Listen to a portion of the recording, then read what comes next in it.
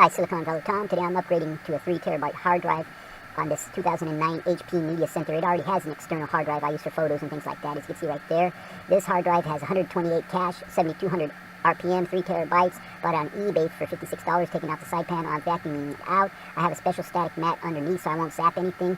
This BIOS on this PC will only recognize 2 terabytes. I'll see if I can fix that later. I'm showing you the SAT cables, taking out the housing. I have 3 hard drives in there right now. It's only made for 2, but I had ground out with a Dremel the inside of the housing so I could slide in more hard drives.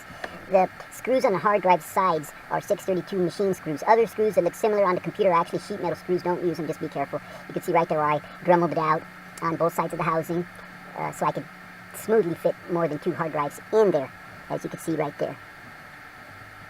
And I'm going to show you where I connect my external hard drive in a second. Right here I'm sliding the hard drive in. It'll go in there smoothly. After you get them screwed in there, make sure that they are parallel to the housing, that they're not crooked.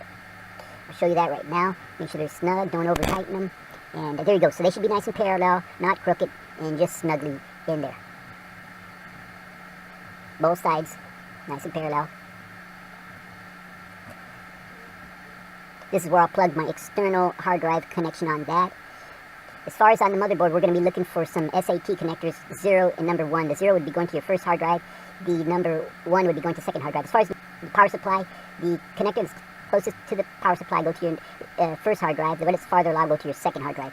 There's your data, SAT. Remember, the one that's labeled 0 is going to go to your first hard drive.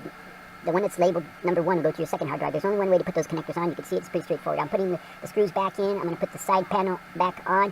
So that's it. If you have any questions, let me know. That's Silicon Valley Tom. Thank you very much. Over and out. See you next time.